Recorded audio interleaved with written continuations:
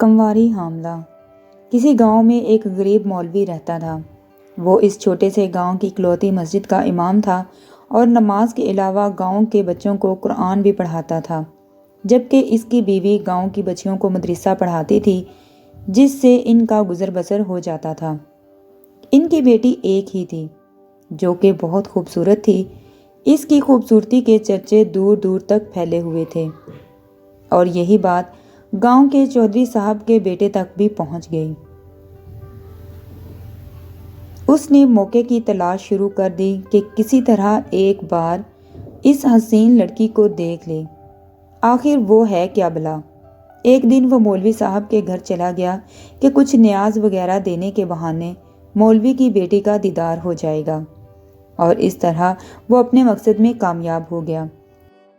جب امام صاحب مسجد میں نماز پڑھا رہے تھے تو اس نے دروازے پر دستک دی، اور مولوی کی بیٹی کی آواز آئی، کون؟ اس نے کہا کہ اس کے پاس کچھ سامان ہے جو چودھری صاحب نے بھیجا ہے، وہ لے لیں۔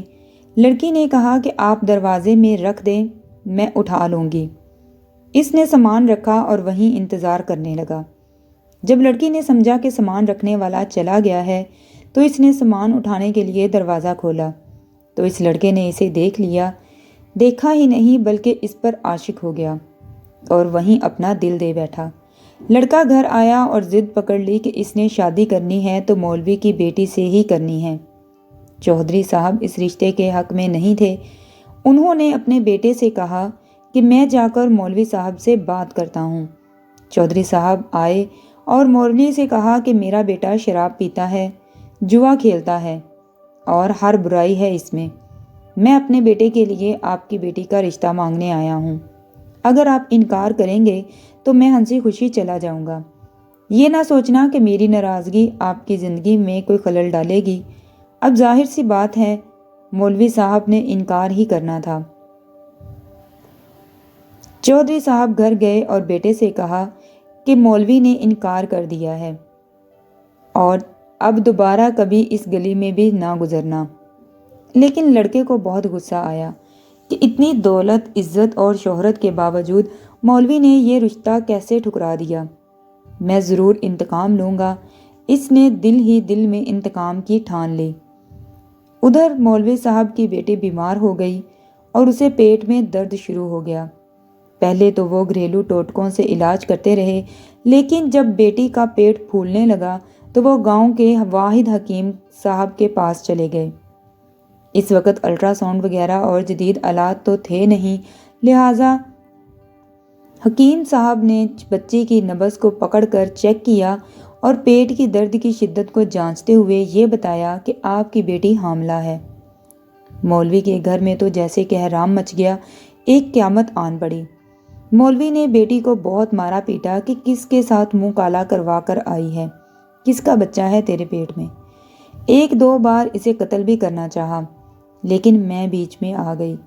اسے یقین تھا کہ اس کی بیٹی بے گناہ ہے۔ وہاں ان کی بیٹی بھی اس امتحان پر اللہ سے امید لگا کر بیٹھ گئی کہ اب کوئی معجزہ ہی اسے اس ناکردہ گناہ سے نکال سکتا ہے۔ ادھر چودھری کے بیٹے نے جب 2-3 بار مولوی کو بیٹی کے ہمراہ حکیم کے پاس جاتے دیکھا تو حکیم کے پاس چلا گیا۔ تھوڑی سی رقم ادا کی تو حکیم نے ساری بات اگل دی۔ چودھری کا بیٹا واپس آیا اور گاؤں کے میراثی کو کچھ رقم دے کر سارے گاؤں میں اعلان کروا دیا کہ مولوی کی بیٹی بغیر نکاح کیے حاملہ ہو گئی ہے۔ گاؤں کی عورتیں مولوی کے گھر آنے لگیں اور پوچھنے لگیں کہ ایسا کیا ہو گیا کہ بیٹی کو یہ گناہ کرنا پڑا، اس کی شادی کیوں نہ کروا دی، کس کے ساتھ منہ کالا کیا۔ غرض جتنے منہ اتنی باتیں۔ گاؤں کی پنچایت نے مولوی صاحب سے امامت واپس لے لی اور انہیں 1 ماہ کا وقت دے دیا کہ وہ اپنی رہائش کا بندوبست کسی اور گاؤں میں کر لیں۔ گاؤں والوں نے بھی اپنی بچیوں کو مولوی کی بیوی کے پاس بھیجنا چھوڑ دیا۔ ہر طرف سے مولوی صاحب پریشانیوں میں گھیرے جا چکے تھے۔ انہیں کوئی راستہ دکھائی نہیں دے رہا تھا۔ ایک دن وہ پریشانی کے عالم میں بیٹھے تھے کہ دروازے پر دستک ہوئی۔ جا کر دروازہ کھولا تو سامنے ایک خوبرو نوجوان کھڑا تھا۔ اندر آنے کی اجازت طلب کی تو مولوی صاحب پریشانی کے عالم میں کچھ سوچنے لگے۔ لڑکا سمجھ گیا اور اپنا تعارف کروایا کہ میں آپ کا شاگرد ہوں، بچپن میں آپ سے قرآن پڑھا ہے، فلاں شخص کا بیٹا ہوں اور برابر والے گاؤں سے آیا ہوں۔ مولوی صاحب نے پہچان لیا اور اسے اندر لے آئے۔ اس نے اپنے آنے کا مقصد بتاتے ہوئے کہا کہ اسے معلوم ہوا ہے آپ کی بیٹی کے ساتھ کیا ماجرا پیش آیا ہے۔ مزید بتایا کہ وہ شہر سے حکمت کا کورس مکمل کر کے آیا ہے اور گاؤں میں حکمت خانہ بنانے کا ارادہ رکھتا ہے، لیکن آتے ہی اسے یہ بات کا علم ہوا کہ اسے یقین ہی نہیں آیا کہ یہ واقعہ سچ ہے، اور وہ اس راز کو معلوم کرنے کے لیے آ گیا ہے۔ مولوی صاحب کو بھی کچھ امید سی نظر آنے لگی۔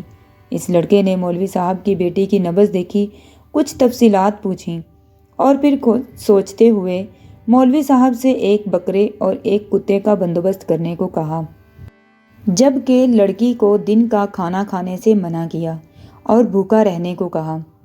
اس کی بات پر عمل کرنا پڑا۔ مولوی صاحب اور کرتے بھی تو کیا کرتے، ڈوبتے کو تنکے کا سہارا، رات تک سارا بندوبست کر دیا۔ لڑکے یعنی حکیم نے گاؤں کی کچھ معزز عورتوں کو بھی بلوا لیا اور ان سے بکرے کا گوشت پکانے کو کہا۔ جب گوشت پک چکا تو اس لڑکے نے لڑکی سے کہا کہ پیٹ بھر کر گوشت کھائے۔ لڑکی بھی صبح سے بھوکی تھی، جی بھر کر گوشت کھایا۔ جب لڑکی نے گوشت کھا لیا تو اس وقت تک محلے کے کچھ مزید لوگ بھی مولوی کے گھر باہر جمع ہونا شروع ہو چکے تھے کہ یہاں کیا ماجرا چل رہا ہے۔ اس لڑکے نے مولوی صاحب کی بیٹی کو کہہ بلوایا کہ دوسرے کمرے میں لے جاؤ، جہاں اس نے پہلے سے کتا ذبح کر کے رکھا ہوا تھا۔ اس لڑکی کو بتایا کہ جو گوشت اس نے کھایا ہے وہ اسی کتے کا گوشت تھا۔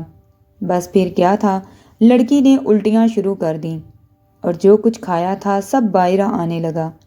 کچھ ہی دیر میں اس کے پیٹ سے الٹی کے ذریعے ایک مینڈک بھی نکل آیا، جسے سب محلے والوں نے اپنی آنکھوں سے دیکھا۔ جیسے ہی مینڈک باہر نکلا، لڑکی کو کچھ سکون سا محسوس ہونے لگا، تو وہ لڑکا کہنے لگا کہ اس لڑکی نے کسی ندی یا دریا کا پانی پیا تھا۔ اس وقت چھوٹا سا مینڈک کا بچہ اس کے حلق کے ذریعے پیٹ تک جا پہنچا۔ جب وہ مینڈک کا بچہ بڑا ہوا تو اسے تکلیف ہونا شروع ہو گئی اور انفیکشن کی وجہ سے پیٹ بھی پھولنا شروع ہو گیا۔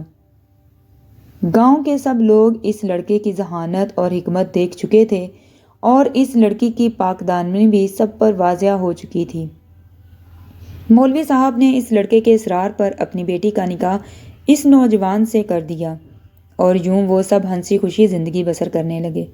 جی تو دوستو، کہانی کیسی لگی مجھے کمنٹ سیکشن میں ضرور بتائیں۔ ویڈیو اچھی لگی ہو تو میرے چینل کو سبسکرائب کریں، لائک کریں، شیئر کریں۔ اللہ حافظ۔